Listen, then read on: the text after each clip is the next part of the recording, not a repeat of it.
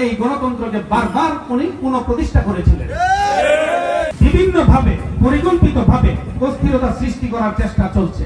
18 কোটি মানুষকে যেভাবে নিজের সন্তানের মতো লালন পালন করে আমাদেরকে ছেড়ে বিদেশে না গিয়ে আরামায়েশের জীবন যাপন ছেড়ে যিনি নিজের শরীরের উপরে নিজের মনের উপরে যিনি এই নির্যাতন মেনে নিয়েছেন সেই বেগম খালেদা জিয়া আমাদের মা, গণতন্ত্রের মাতা, দেশনেত্রী আজকে শারীরিকভাবে অনেক অসুস্থ। সেই অসুস্থতার খবর পাওয়ার পর থেকে আমরা কসবা এবং আখাউড়া 15টি ইউনিয়ন এবং প্রত্যেকটি ওয়ার্ড 2টা পৌরসভা আমরা আমাদের সাধ্যমতো প্রত্যেকটা ইউনিটে আমরা দোয়া মাহফিলের আয়োজন করেছি।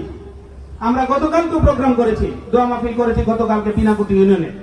আপনারা জানেন আমরা 26 লক্ষ বার আমরা ইতিমধ্যেই খতমে ইউনুস আদায় করতে সক্ষম হয়েছি। আমরা 21টি ছাগল আমরা সদকা দিয়েছি। এগুলো ভালোবাসার বিষয়, মনের গভীরের বিষয়। মন থেকে আমরা ভালোবেসে ওনার জন্য আল্লাহর কাছে আমরা দোয়া করার জন্য যে আল্লাহ যেন মহান আল্লাহ পাক যেন ওনাকে সম্পূর্ণ সুস্থ করে আমাদের মধ্যে ফিরিয়ে দেন, সেই জন্য আমরা আমাদের মন থেকে দোয়া করতেছি। বাংলাদেশের ইতিহাসে এমন একজন মহিষী নারী যাকে আজকে অসুস্থ বানিয়ে দেওয়া হয়েছে, সেই ফ্যাসিস্ট হাসিনা, তাকে আপনারা জানেন যে ওনার মতো একজন মহিষী নারীকে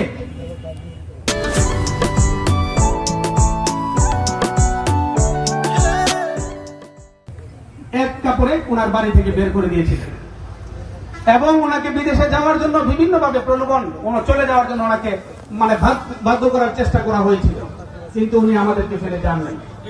আজকে আমাদের মাথা অসুস্থ, কিন্তু এমন একটা সময় অসুস্থ যখন আমাদের এই বাংলাদেশ একটা সংকটময় পরিস্থিতির মধ্যে আছে।